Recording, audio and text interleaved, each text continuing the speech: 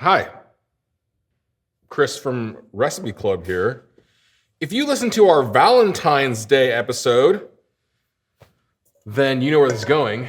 If you didn't, stop watching this right now. I don't want to spoil anything. You should go listen to that episode or watch that episode of our podcast on the Recipe Club official YouTube page or on Spotify. You have 2 seconds to turn this off before I ruin everything for you. 1, 2. Becky Joiner, our producer on Dinner Time Live, won the episode for Valentine's Day with her very sweet personal recipe for spaghetti or pasta with, I guess, like a bolognese style ragu or just an everyday tomato ragu.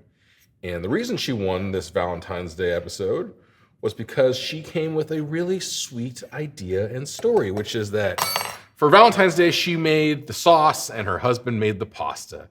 And they merged them together in a sensual, romantic way.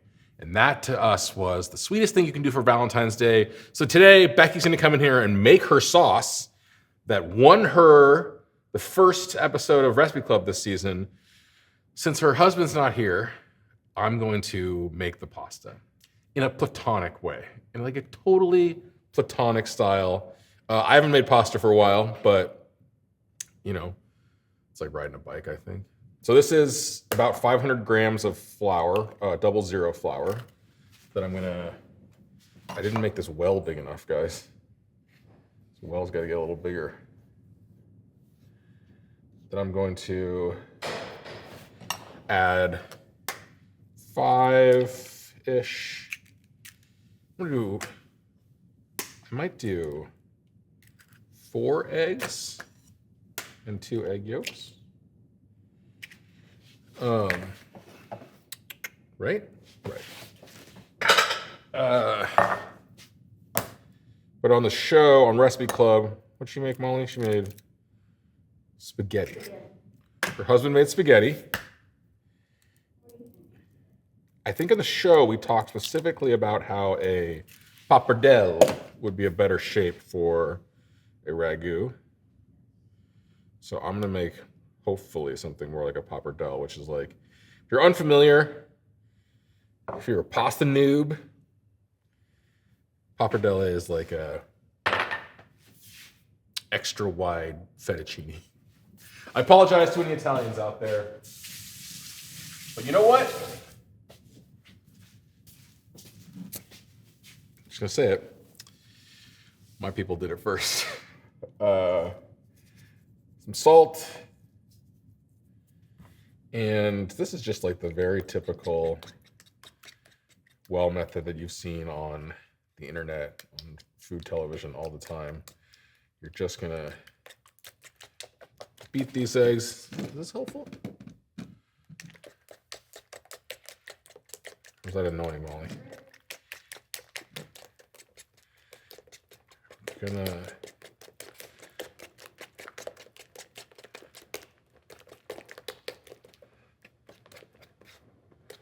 There are like lots of things that people try to do at home as cooks that I think are sort of silly or unnecessary or probably too advanced to try to do without the aid of some professional knowledge or equipment.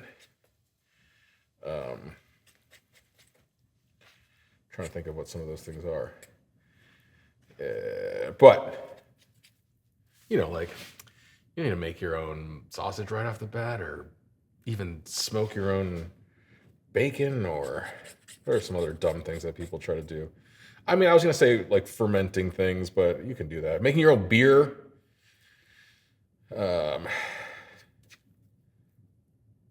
But making pasta is like a pretty approachable thing that I would suggest you could do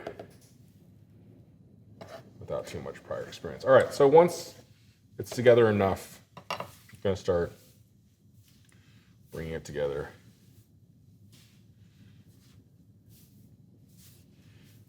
So this is 00 flour, which is a really finely milled flour that you use for pizza doughs and pasta doughs. with a pretty decent protein content.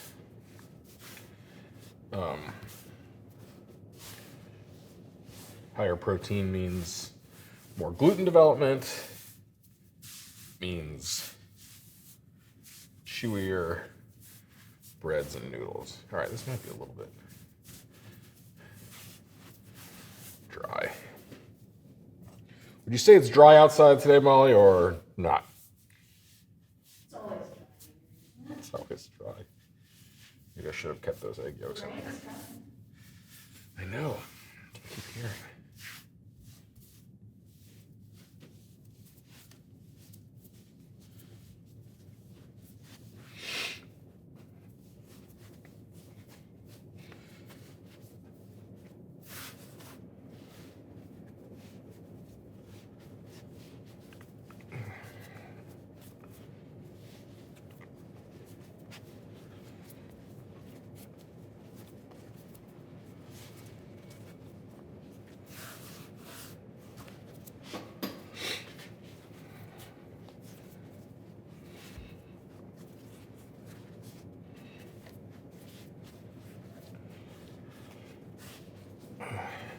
So I'm going to work this until it's relatively smooth.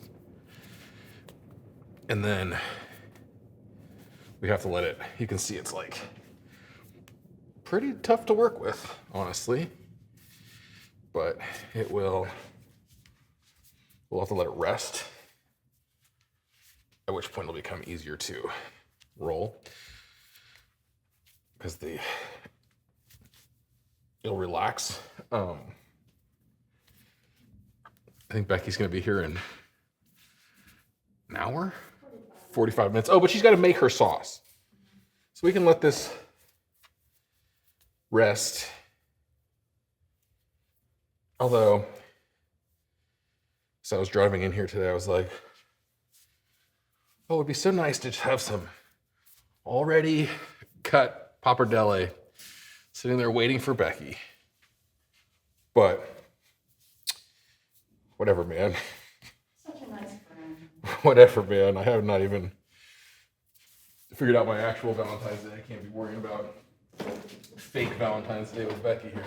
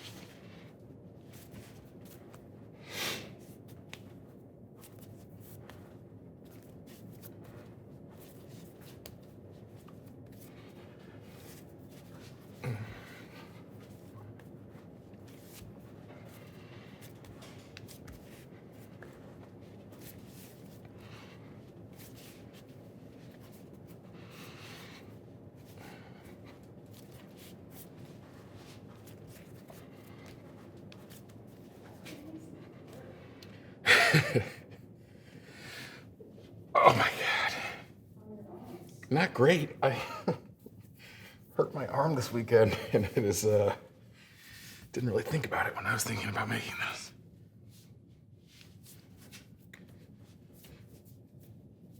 All right. So I'm actually going to let this rest now. We'll come back and work it some more.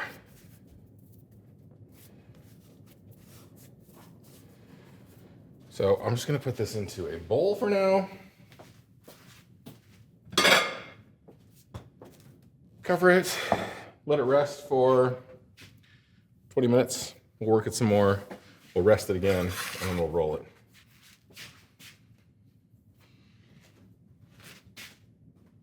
Hello, my name is Becky Joiner. I'm a producer on Dinner Time Live, and I had the honor recently of being on Recipe Club, the latest season. So I actually won, which is crazy, the episode I was on. So today I'm going to be making my apparently winning sauce so you guys can see how it's done. This recipe that I'm going to be making, I I mentioned this when I was on the episode, but it came from a blog that basically taught me how to cook. When I was in college, I did not have a lot of money, and I didn't really know what I was doing in the kitchen. So I found this blog called Budget Bites, which is run by a woman named Beth Monsell. It's a pasta sauce that you can make and have ready to eat in less than an hour. And the recipe does say that you can really let it simmer as long as you want. It's just like it's ready to be eaten in like 35 minutes, after 35 minutes of simmering. But I like letting that sauce simmer, letting it go a little bit longer.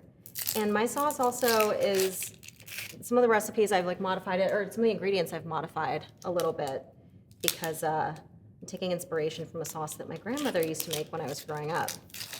Don't look, this is your secret Valentine's present. Oh my gosh, there's secret Look at it. Valentine. Okay, I'm sorry. I thought you were just here to see me futzing with this blender. Yeah, but I'm working on your special Valentine's gift back here. Oh my God, that's so nice of you. Okay, I'm gonna pretend that I didn't see any of that. So now what I'm doing, I'm adding the vegetables. I'm gonna do 2, and we'll put the third one in here. Okay.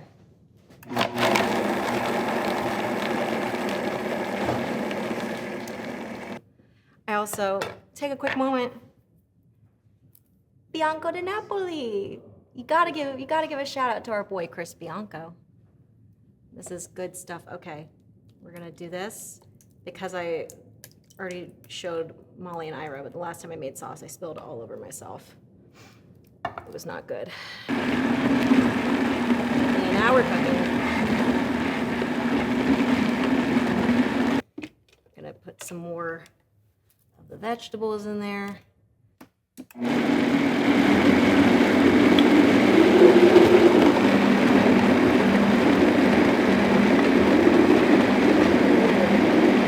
We are dangerously close to the max level, I think, for liquid, but we're gonna see. We're gonna see what happens here.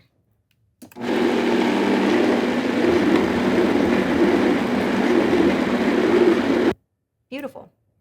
So that's the first 5 steps, I think. We're gonna use half of this. And, oh wait, actually, I also realized I should have put the olive oil in first too. What temperature do you want? We're gonna do a medium. It's supposed to be like a tablespoon, but I'll just tell you when. Yep, perfect, gorgeous. There. That's Okay. very nice. Okay, and then we're gonna break this up into here. Oops, that was a bigger chunk than I meant to go in. So we're just gonna brown the meat.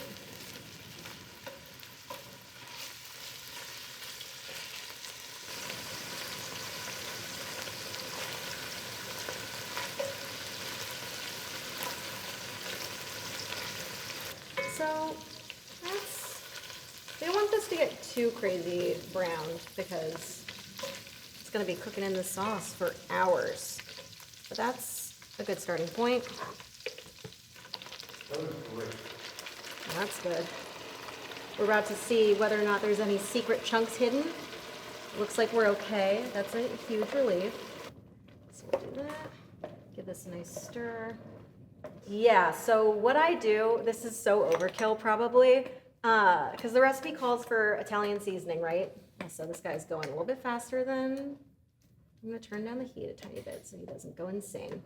But so the recipe calls for salt added at the end, black pepper, and Italian seasoning. I add way more than that. And the reason I said it's probably unnecessary or like overkill is because I do the Italian seasoning still. I also do brag, sprinkle 24 herbs and spices. My little brother insists this is the key ingredient to the sauce. I think he's absolutely right because every time I've made it with that, it is really good. You're supposed to do, I think, half a teaspoon of Italian seasoning. I do 2. I do a teaspoon of oregano and basil, which is also in the Italian blend, but again, it's like you can't do too much. And then I do 2 of this bad boy, which has like rosemary. It's got like more garlic, all kinds of stuff in it. So it's gonna look like way too much is the thing. It's gonna feel like it's way too much, but it's not. It's a sauce. You want to season that sauce heavily. And so this is the other thing I do that you're not supposed to do, is I add a teaspoon of salt at the start. The way the recipe calls for it is to do it at the end, which makes sense. If you're only cooking this in like 30 minutes, you know, there's salt that's gonna be in the canned tomatoes unless you buy the one that has no salt added. So you wanna be like very mindful of how much salt you're adding, especially if you do like salted butter. Like these are all different things that can like tweak it. Because I add so many vegetables to it, I feel like it dilutes the amount of salt that's called for, so that's why I double it. I like to do a little bit at the start just to see where we're at. And then after it's been simmering for a little bit, I'll taste it and then kind of adjust from there. I also add about a quarter teaspoon of cayenne, just because I like it to have a little bit of heat. So I'm also gonna add just a little bit of tomato paste, just to thicken it up a little bit more. Oopsie, like 2 generous spoonfuls. Gorgeous. Okay, last thing is bay leaves. Look at this guy. Look at him. He's beautiful. He's gonna make this sauce amazing. We're gonna stir him in there. And then, oh, black pepper. Okay.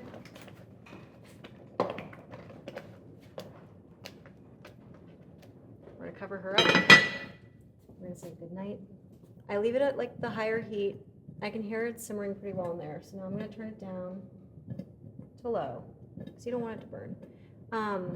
The like least amount of time I'll let it go for is like an hour, hour and a half.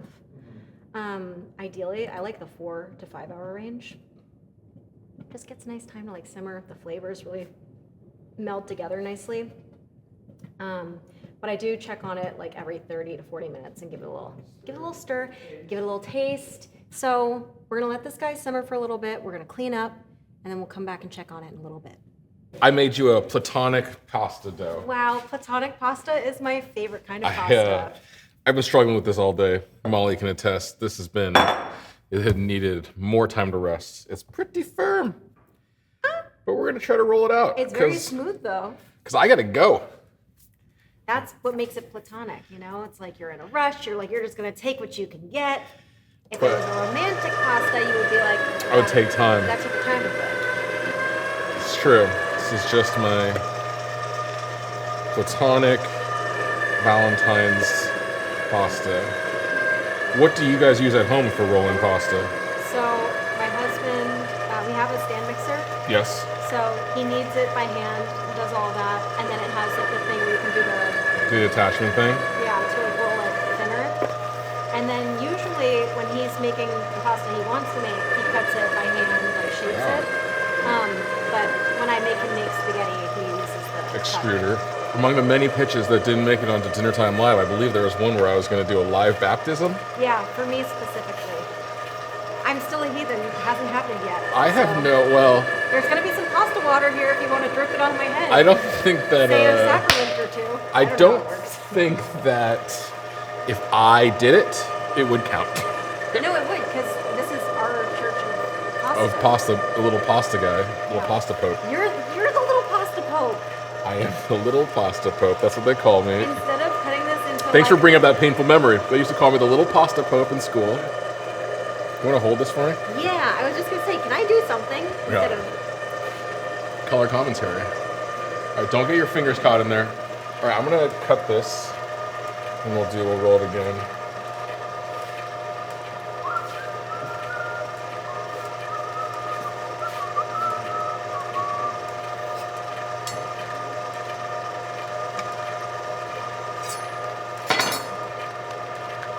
All right, let's go. You support the neck. Oh God, I'm not doing my job. Bloop. Oh, it's even thinner. All right, let's keep going. Okay. This is so romantic. Look at this. I can't It's believe so this. platonically romantic. I can't believe how platonically romantic this is. How wonderful. All right, let's go one more. Okay. Here, This take one's just for fun.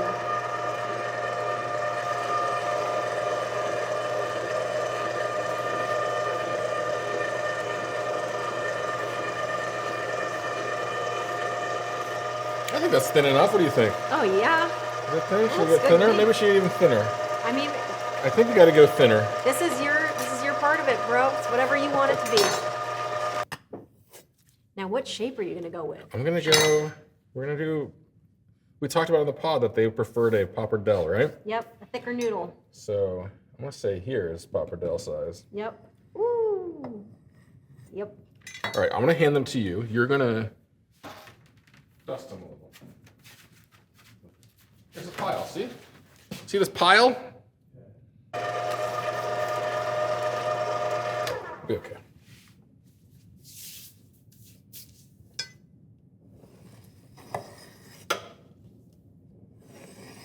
We gotta pay attention, Becky. He's gonna show us how to do a couple, and then he's gonna have to go. We're gonna have to Oh no. I'm glad that you won't be here to watch me do what I'm gonna do. No, we're You'll watch the footage 98% later. there. Okay, good. All right, here you go. Oh my gosh, thank you. Thank you for the ribbons. I won't drop them in the trash.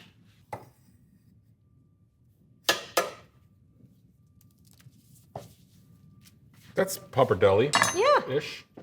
looks like it to me. You're gonna do this last one on your own. I'm gonna leave you here. Part of platonic love is abandonment. It's trust. It's really what it is. That's another way of saying it. Yeah. Part of This is the ultimate test. trust would have been a better way than Did I pay attention? to describe it than abandonment, I guess. Well, we each have our own ways of viewing love. You know? Here you go. This one, roll it through this thin setting a couple of times, and then you're gonna get one long strip. Okay. And And that'll be happy Valentine's Day. Happy Platonic Valentine's Day. Tell David Chang I said hello. Save me a little pasta, guys. There'll be staff meals when you get back. All right, I'm out of here. Bye, thank you. I'm scared. Okay, it's fine. Nobody's gonna help her. Can you see through it? Not quite yet, but almost. Maybe one more. Let's go one more. I'm here for you. Okay. Come on, big boy. Get in there. Get in there, friend. Go, you're at the bottom.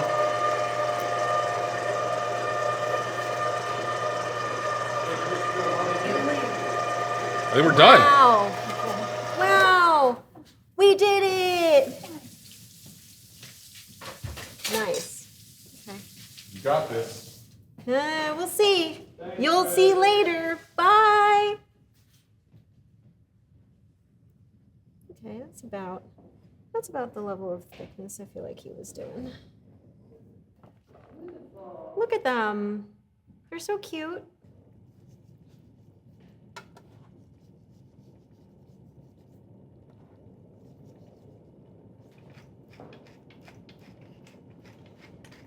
I brought some extra garlic. I was gonna make you guys a special treat, which is my grandmother had a very specific garlic bread recipe that she would always make with sauce. She'd make the garlic butter, and then she would put paprika on top and then oregano on top of that. I don't know, I've never seen anyone else make garlic bread like that. The bread go in the air fryer? Oh yeah. I'll sometimes do it in the oven, but it just is better in an air fryer. You really want to try and integrate all this sauce.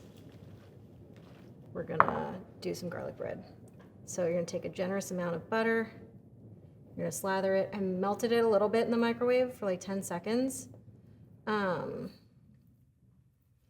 then I added about a clove and a half, like a small clove, of garlic, and then a healthy amount of paprika for color and flavor.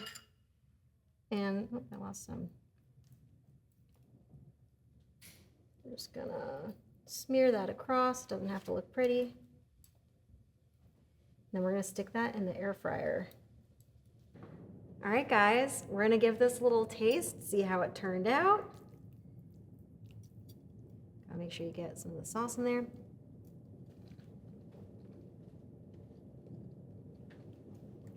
That's pretty good. especially good noodles. Thank you, Chris Ying. Thank you so much. That honestly made the dish. This is my award-winning rendition of weeknight pasta sauce from Budget Bites. Thank you guys so much for watching. This was super fun, and I hope that if you try this, that you like it. Bye.